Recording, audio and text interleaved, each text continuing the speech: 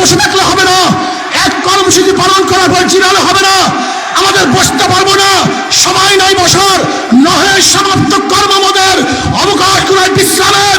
এখন আন্দোলন হবে, আগামীকাল সংগ্রাম হবে, পশু অবরোধ হবে, পশু হত্যা হবে, ইনশাআল্লাহ। ভাইয়ের আমার, এর জন্য বলবো শেখ হাসিনা সরকারকে বলতে চাই, যদি সোজা আঙ্গুলে ঘি না ওঠে বাংলাদেশের জনগণ আঙ্গুলকে ব্যাখ্যা করবে। আপনি সাগর দেখেছেন, সাগরের ঢেউ দেখেন নাই, আপনি ঘুঘু দেখেছেন, ঘুঘুর ফান দেখেন নাই, আপনি পাহাড় দেখেছেন, পাহাড়ের ওজন দেখেন নাই, আপনি ইসলামী আন্দোলন বাংলাদেশকে দেখেছেন, বিশ্বের চরমলাইকে দেখেছেন, এদের হুঙ্কার দেখেন নাই, আন্দোলন দেখেন নাই, সংগ্রাম দেখেন নাই। কাজে কোনো অবস্থাতেই আগামী নির্বাচন এই সরকার অধীনে হবে না। আপনি হাজারো মায়ের বুককে খালি করেছেন, আপনি হাজারো মাকে বিধবা করেছেন, আপনি হাজারো বাচ্চাদেরকে এতিম করেছেন, আপনি হাজারো সন্তানকে ধুকে ধুকে মারার বাধ্য করেছেন, আপনি দেশ থেকে লুটপাট করার চক্রান্ত করেছেন, আপনি দেশ থেকে বিক্রি করার ষড়যন্ত্র করেছেন। যেরকম ফিলিস্তিনি মানুষরা তাদের অধিকার বাঁচার জন্য, অধিকার আদায়ের জন্য জীবন উৎসর্গ করে বোমার সামনে ঝাঁপিয়ে পড়েছে, আমরাও জীবন উৎসর্গ করে আধুনিকের মধ্যে ঝাঁপিয়ে পড়বো, আন্দোলন করবো, সংগ্রাম করবো, উদ্ধার করে ছাড়বো ইনশাআল্লাহ। ইসলামী ছাত্র যুব আন্দোলন কর্তৃক আয়োজিত আজকে সম্মেলনের সম্মানিত সভাপতি, উপস্থিত আমাদের শেরে তাজ ইসলামী আন্দোলনের আমির হযরত পীর সাহেবুদ্দৌলা চরমনাই দামাত বরকাতুহুল আলিয়া, সর্বস্তরের জনগণ ভাইয়েরা আমার, আমরা কেন উপস্থিত হয়েছি? আমাদের অধিকার আদায়ের জন্য,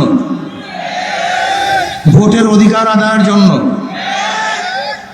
আমাদের ন্যায্য অধিকার আদায়ের জন্য, আমাদের মান সম্মান ইজ্জত আবরুকে রক্ষা করার জন্য, এই ভূখণ্ডকে রক্ষা করার জন্য, এই জাতিকে রক্ষা করার জন্য, গোলামীর জিনজির থেকে নিজেদেরকে মুক্ত করার জন্যই আজকে এখানে উপস্থিত হয়েছে। আওয়ামী সরকার বারবার ভোট চুরি করে ক্ষমতায় আছে, সে ভাবছে আগামী নির্বাচনেও ভোট চুরি করেই তিনি ক্ষমতায় থাকবেন। আমি বারবার বলেছি, বারবার ঘুঘু তুমি খেয়ে যাও ধান, এবার ঘুঘু তোমার যাবে যে প্রাণ। 14 নির্বাচন প্রহসনের নির্বাচন ছিল, 18 নির্বাচন ডাকাত এবং চুরির নির্বাচন ছিল, দিনের ভোট রাত্রে করেছে। বর্তমান অবৈধ সরকার বারবার আক্ষেপ করে বলে, আমাদেরকে নামাতে চান কেন, আমাকে নামাতে চান কেন? উনি বুঝিন না ওনাকে নামাতে চাই কেন। উনি বলেন আমি পদ্মা সেতু করেছি, ট্রেন লাইন করেছি, আমি ট্যানেল করেছি, মেগা প্রজেক্ট করেছি। কিন্তু আমরা প্রশ্ন করতেছি, আপনি মেগা চুরি করেছেন, মেগা ডাকাতি করেছেন, মেগা খুন করেছেন, 100 ধর্ষণের পরে সেঞ্চুরি পালন করেছেন, আবরারকে হত্যা করেছেন, এদেশের হাজারো মানুষকে দেশ ত্যাগ করতে বাধ্য করেছেন, আপনি হাজারো মায়ের বুককে খালি করেছেন, আপনি হাজারো মাকে বিধবা করেছেন, আপনি হাজারো বাচ্চাদেরকে এতিম করেছেন, আপনি হাজারো সন্তানকে ধুকে ধুকে মারার বাধ্য করেছেন, আপনি দেশ থেকে লুটপাট করার চক্রান্ত করেছেন, আপনি দেশ থেকে বিক্রি করার ষড়যন্ত্র করেছেন। যেরকম ফিলিস্তিনি মানুষরা তাদের অধিকার বাঁচার জন্য, অধিকার আদায়ের জন্য জীবন উৎসর্গ করে বোমার সামনে ঝাঁপিয়ে পড়েছে, আমরাও জীবন উৎসর্গ করে আধুনিকের মধ্যে ঝাঁপিয়ে পড়বো, আন্দোলন করবো, সংগ্রাম করবো, উদ্ধার করে ছাড়বো ইনশাআল্লাহ।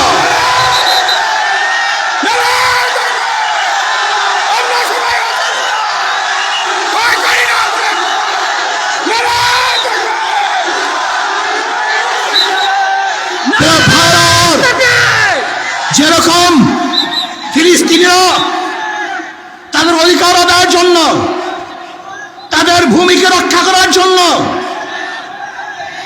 তাদের আদর্শ ঐতিহ্যকে রক্ষা করার জন্য যদি বুলেটের সামনে ঝাঁপিয়ে পড়তে পারে, ট্যাঙ্কের সামনে ধাবিয়ে পড়তে পারে, অকপটে রক্ত দিতে পারে, জীবন দিতে পারে, বাচ্চাগুলিকে ট্যাঙ্কের সামনে ছুঁড়ে দেখতে পারে, আমার মা বড় ইজ্জত হানি করতে পারে, যদি ফিলিস্তিনিরা তাদের অধিকার রক্ষা করার জন্য শহীদ হতে পারে, আজকে বাংলাদেশের প্রত্যেকটা জনগণ তাদের অধিকার রক্ষা করার জন্য রক্ত দিবে, জীবন দেবে, সংগ্রাম করবে, তারা রাস্তায় ঝাঁপিয়ে পড়বে ইনশাআল্লাহ।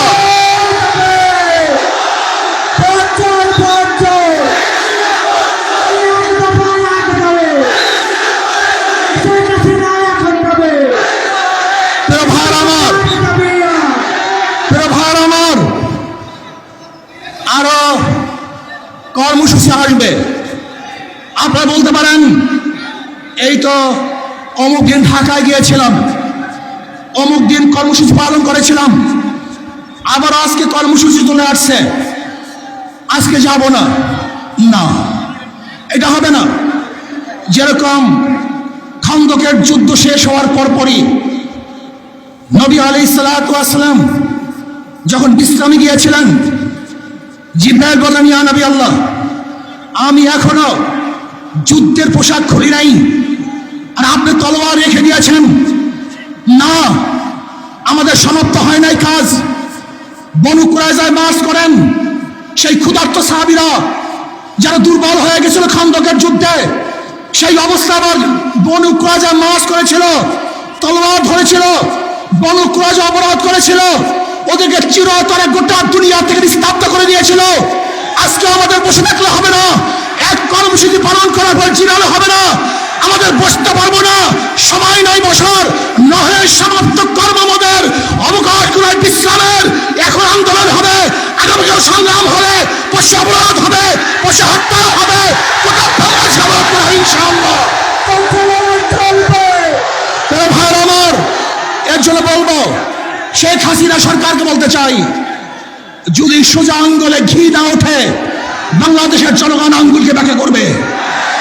আপনি সাগর দেখেছেন, সাগরের ঢেউ দেখেন নাই, আপনি ঘুঘু দেখেছেন, ঘুঘুর ফান দেখেন নাই, আপনি পাহাড় দেখেছেন, পাহাড়ের ওজন দেখেন নাই, আপনি ইসলামী আন্দোলন বাংলাদেশে দেখেছেন, বিশ্বের চরমলাইকে দেখেছেন, এদের হুঙ্কার দেখেন নাই, আন্দোলন দেখেন নাই, সংগ্রাম দেখেন নাই।